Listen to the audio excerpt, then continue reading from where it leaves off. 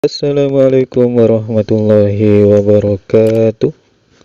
Bertemu lagi di channel ini, masih membahas tentang buku Super Personality Plus, menciptakan pribadi memikat dan berpengaruh. Bahasan kita kali ini telah mencapai judul Orang berpengaruh memiliki kebiasaan hebat. Kita tentu kagum pada kehebatan seseorang, dikarenakan prestasi, kesuksesan, kepemimpinan, kebijaksanaan mereka, dan sebagainya.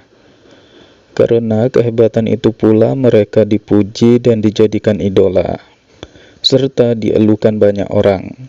Orang hebat itulah orang yang berpengaruh. Sesungguhnya setiap orang, termasuk Anda juga, mempunyai potensi berupa kemampuan, pengalaman, dan juga ilmu pengetahuan untuk menjadi orang hebat. Tetapi jarang sekali di antara kita yang menyadari keunggulan tersebut atau menggunakannya secara maksimal. Keberhasilan, kesuksesan, atau apapun namanya adalah sebuah proses. Proses yang datang hanya dengan sekali ucap, simsalabim, maka berubahlah segalanya. Sukses adalah buah dari komitmen dan proses terus-menerus untuk mencapai sebuah tujuan, seperti besi yang ditempa dalam api, sampai akhirnya menjadi pisau atau benda lain yang lebih berguna. Kesetiaan menjalani proses itulah kuncinya. Meski klise, namun sampai sekarang terus terbukti sangat telak terhadap hasil akhir yang ingin kita capai. Dalam hidup, segala sesuatunya memang tak selalu berjalan sempurna. Namun bukan berarti kita harus terdiam dan menyerah berpangku tangan pada nasib. Orang berpengaruh bukan sekedar orang yang pintar, karena banyak sekali orang pintar yang memanfaatkan kepintarannya untuk membodohi orang lain. Orang-orang seperti itu bukanlah orang yang hebat, justru mereka dengan telanjang memperlihatkan kebodohannya di depan orang lain.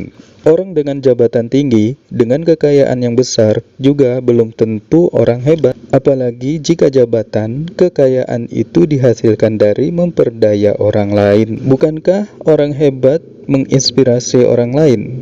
Coba kita tengok riwayat tokoh-tokoh hebat, maka kita akan terinspirasi oleh kebiasaan-kebiasaannya. Perhatikan saja riwayat Soekarno, Jokowi, Ratu Elizabeth, dan lain-lain. Mereka sangat menginspirasi kita semua. Di sisi lain, orang berpengaruh adalah orang yang bisa mengerti dan memahami orang lain sebaik mereka memahami diri mereka sendiri, kemudian memanfaatkannya untuk kebaikan bersama. Dengan itu, konsep membahagiakan diri sendiri akan sama dengan konsep membahagiakan orang lain. Tidak membeda-bedakan perlakuan diri dengan perlakuan terhadap orang lain. Bukankah sebaik-baiknya perlakuan adalah perlakuan terhadap diri sendiri? Memang tidak mudah menjadi orang berpengaruh, karena ambisi, keinginan, persaingan dengan orang lain memperbesar nafsu kita menjadi seorang yang individualis, apatis, dan cenderung egois. Dengan itu semua tidak ada konsep mengerti dan memahami orang lain. Karena kita semakin sibuk dengan urusan pribadi, kemudian cenderung lupa dengan orang lain. Apalagi kita hidup di dunia yang menuntut kita dengan materi, menjebak kita dengan kehormatan semu, dan cenderung menjerumuskan kita ke dalam lubang kepura-puraan. Maka mencoba memahami orang lain merupakan hal yang susah untuk kita lakukan. Maka mencoba mengerti orang lain hanyalah sesuatu yang gampang untuk diucapkan, tetapi susah untuk dilakukan. Karena itulah jumlah orang berpengaruh tidaklah banyak, tetapi mereka ada di mana-mana. Mungkin salah satu dari kita semua, atau Anda yang sedang mendengarkan ucapan ini. Jika Anda bisa memahami dan mengerti orang lain sebaik Anda mengerti dan memahami diri sendiri, maka Anda adalah seorang yang hebat. Sekaranglah saat untuk menyadari dan mengasah potensi tersebut agar Anda mampu berprestasi, sukses, dan benar-benar menjadi orang berpengaruh. Perbaiki kualitas kepribadian. Kepribadian memiliki peranan yang sangat penting untuk mencapai sebuah kesuksesan. Kolerasi ini bisa didapat ketika kepribadian memainkan peranan penting untuk berkomunikasi dengan orang lain, sehingga mereka menyukai Anda. Pada kesempatan ini pula, kepribadian yang baik akan menarik orang sehingga Anda mudah mempengaruhi orang tersebut. Ada beberapa kategori kepribadian disebut baik sehingga menarik bagi orang lain. Berikut ini uraian mengenai apa saja yang menjadikan kualitas kepribadian menjadi lebih baik. Ketulusan. Ketulusan menempati peringkat pertama sebagai sifat yang paling disukai oleh semua orang. Ketulusan membuat orang lain merasa aman dan dihargai karena yakin tidak akan dibodohi atau dibohongi. Orang yang tulus selalu mengatakan kebenaran, tidak suka mengada-ngada, pura-pura, atau mencari-cari alasan, memutarbalikkan fakta. Tentu akan lebih ideal bila ketulusan yang selembut merpati itu diimbangi dengan kecerdikan seekor ular. Dengan begitu, ketulusan tidak menjadi keluguan yang bisa merugikan diri sendiri. Kerendahan hati. Berbeda dengan rendah diri yang merupakan kelemahan, kerendah hatian justru mengungkapkan kekuatan. Hanya orang yang kuat jiwanya yang bisa bersikap rendah hati. Ia seperti padi yang semakin berisi, semakin menunduk. Orang yang rendah hati bisa mengakui dan menghargai keunggulan orang lain. Ia bisa membuat orang yang di atasnya merasa lebih berharga dan membuat orang yang di bawahnya tidak merasa minder. Kesetiaan. Kesetiaan sudah menjadi barang langka dan sangat tinggi harganya. Orang yang setia selalu bisa dipercaya dan diandalkan. Dia selalu menepati janji, punya komitmen yang kuat, rela berkorban, dan tidak suka berkhianat. Positive thinking. Orang yang bersifat positive thinking selalu berusaha melihat segala sesuatu dari kacamata positif. Bahkan dalam situasi yang buruk sekalipun, dia lebih suka membicarakan kebaikan daripada keburukan orang lain. Lebih suka bicara mengenai harapan daripada keputusasaan. Lebih suka mencari solusi daripada frustasi. Lebih suka memuji daripada mengancam.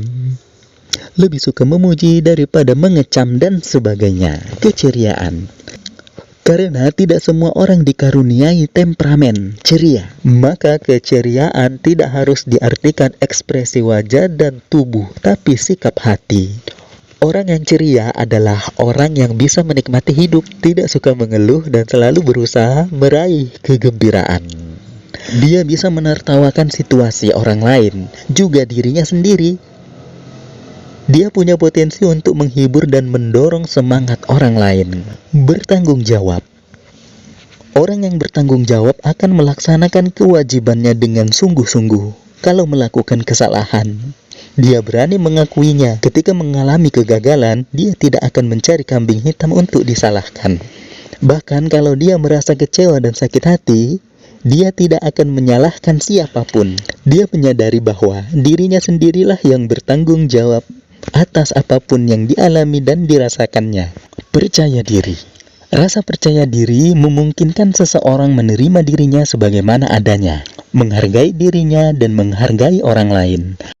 Orang yang percaya diri mudah menyesuaikan diri dengan lingkungan dan situasi yang baru. Dia tahu apa yang harus dilakukannya dan melakukannya dengan baik. Kebesaran jiwa. Kebesaran jiwa dapat dilihat dari kemampuan seseorang memaafkan orang lain. Orang yang berjiwa besar tidak membiarkan dirinya dikuasai oleh rasa benci dan permusuhan. Ketika menghadapi masa-masa sukar, dia tetap tegar, tidak membiarkan dirinya hanyut dalam kesedihan dan keputusasaan. Easy going. Orang yang easy going menganggap hidup ini ringan. Tidak suka membesar-besarkan masalah kecil, bahkan berusaha mengecilkan masalah-masalah besar. Dia tidak suka mengungkit masa lalu dan tidak mau khawatir dengan masa depan. Dia tidak mau pusing dan stres dengan masalah-masalah yang berada di luar kontrolnya. Empati. Empati adalah sifat yang sangat mengagumkan. Orang yang berempati bukan saja pendengar yang baik, tapi juga bisa menempatkan diri pada posisi orang lain. Ketika terjadi konflik, dia selalu mencari jalan keluar terbaik bagi kedua belah pihak. Tidak suka memaksakan pendapat dan kehendaknya sendiri.